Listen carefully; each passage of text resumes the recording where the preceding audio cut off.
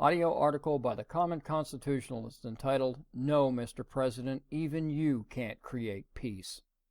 Oh, come on. Now you're going to solve the Israeli-Palestinian dispute? Really?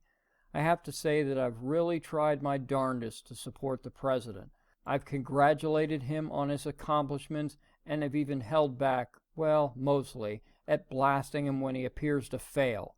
Mostly because a lot of his supposed failings come from having to compromise with the lazy, shiftless Republican cowards in Congress. But foreign policy is a president's purview. Unlike the domestic side, the president is to be the tip of the spear when dealing with other nations. So far, Trump has done a pretty good job, refriending Israel, meeting with the Chinese leader, and taking a much harder line on Syria, Russia, and North Korea. But then he goes and invites Palestinian President Mahmoud Abbas to the White House, like Abbas is some sort of real president. That's a hot one. He's simply the latest Palestinian head terror facilitator. In that respect, he's no different than was Iraqi dictator Saddam Hussein, who paid terrorists and their families. In 2002, Fox News reported, quote, "In Tulkarm, one of the poorest towns on the West Bank, a member of the Palestinian Legislative Council handed out the checks totaling $25,000 each from Saddam. These payments have been made for at least 2 years, but the amount has suddenly jumped up by $15,000, a bonus for the family of martyrs to reward those taking part in the escalating war against Israel," unquote. Recently, the Jerusalem Center for Public Affairs compiled an accounting of the last few years' terror payments.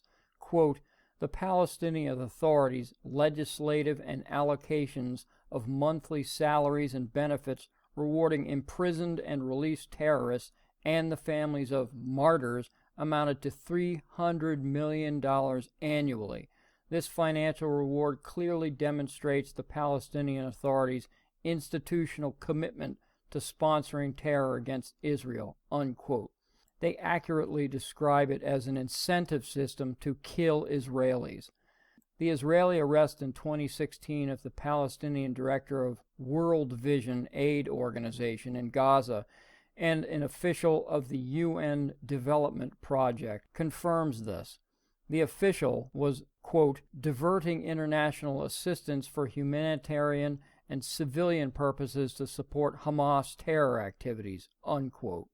World Vision and the Israeli-hating UN Development Program successfully diverts, quote, "about 1.1 billion shekels, which is around $300 million, every year as salaries to Palestinian terrorists in Israeli jails, continuing after they are released, and to the families of dead terrorists and other Palestinians who died fighting against Zionism," unquote.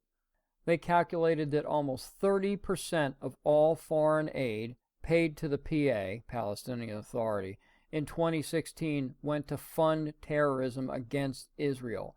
Naturally, a lot of that foreign aid comes from the U.S. to the tune of $4.5 billion over the last 20 years. We are funding terrorism as sure as if the Secretary of State was handing out the checks himself. How stupid are we?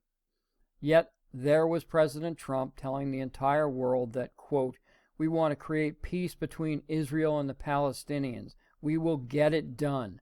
We will be working so hard to get it done. I think there's a very good chance, and I think we will. It is something that I think is frankly maybe not as difficult as people have thought over the years," unquote. Let me state for the record, as hundreds if not thousands have before me, there is no diplomatic solution to Israeli-Palestinian problem, and neither President Trump nor any other leader will be able to facilitate peace through negotiation. One can never create peace when only one side desires it. So let me end with this little nugget, one you have likely heard before. What will happen if tomorrow every person in the Palestinian territory, the West Bank and Gaza, laid down their arms and simply walked away, vowing to fight no more? Answer: there would be peace beginning that day. Now, what will happen if every Israeli did the same, laid down their weapons and vowed never again to fight? Answer: They would all be slaughtered and driven into the sea, every man, woman, and child, including those transitioning. Sorry, I couldn't help myself.